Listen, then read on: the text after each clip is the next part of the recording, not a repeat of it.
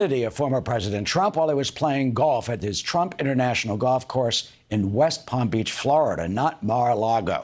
Thankfully, the former president is okay. Secret Service, we're told, immediately pounced him and evacuated the former president from the golf course.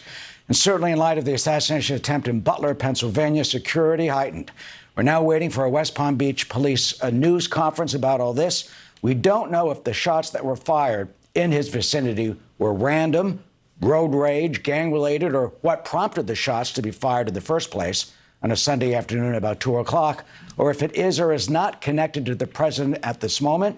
We will likely learn some more of those details as soon as that news conference gets underway. Former NYPD commanding officer, Fox News contributor Paul Morrow joins us. Paul, Sean Hannity was on, he's in Palm Beach in that area, and he was on with us saying that the car has been found, the weapon has been recovered. So you have to think at this moment, if they have a suspect in custody or do not, at least they know where this investigation potentially is going. Yeah, so almost certainly it's all hands on deck, as Arthel said, and they're going to be putting a lot of resources into the backgrounding of this. And they have some data points, as you say. You've got the car, you've got the gun, you've got some ballistics, 4 shots. I'm sure right now the street there is cordoned off. They're making sure they've got all the shells. There may be a second car involved. They're obviously going to be running that plate, see if the car comes back to somebody, see if the car was reported stolen. And, you know, they're going to be going very deep, obviously, because you need to know who this was. So they're going to be looking even at things like license plate readers, video, et cetera, to try to figure out where this car came from and try to put a name to this entire thing. And then the key here is to get out fast so that people don't disappear. And you can, again, contextualize this as whether it was something that was directed at Donald Trump or if it was an unrelated beef that just broke out, as it happens, very near where the former president was playing golf. And isn't it important for authorities to try to come out with something? I mean, quickly, when you've got a nation, presidential campaign, and a nation on edge from what we saw in Butler, Pennsylvania. Oh, certainly. Absolutely. You know, many of us who went on the air in response to Butler initially, right away, began to talk about the importance of transparency. Sean Hannity obviously hit it. You know, in that vacuum is where the conspiracy theories grow. And so I think that's why they're putting up, wisely, putting together a press conference right away. They're learning from some, and I'm talking about the Secret Service now. They're learning from some of the mistakes, I think, of 2 months ago. They're going to get out there and tell us what they know. Even if you don't know much, telling that to the public at least makes people feel like, okay, the adults are in charge. They're doing what they need to do. Somebody is looking at this. It's when you have that vast silence that the conspiracy theories grow and people feel like what's going on. So even just that face-to-face to let us know, look, this is early in this thing. We have some things to work with.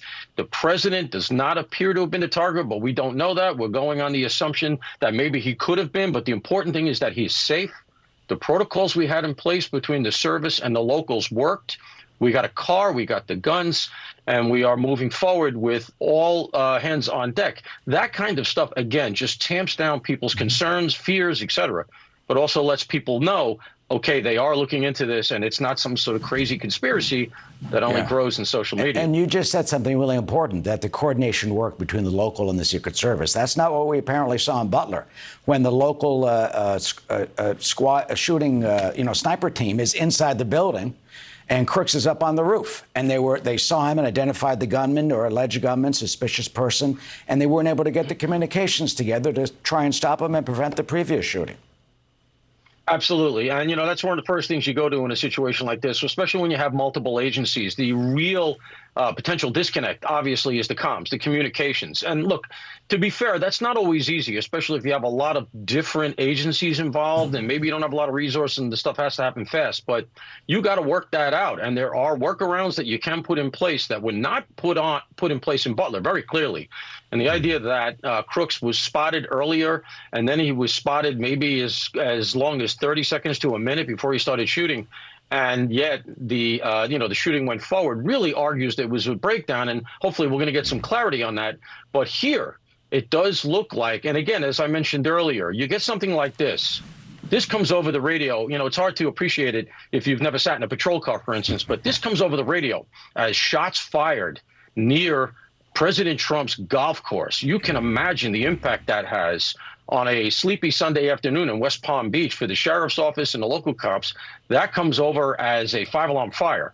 Now you got to go running towards that, and you got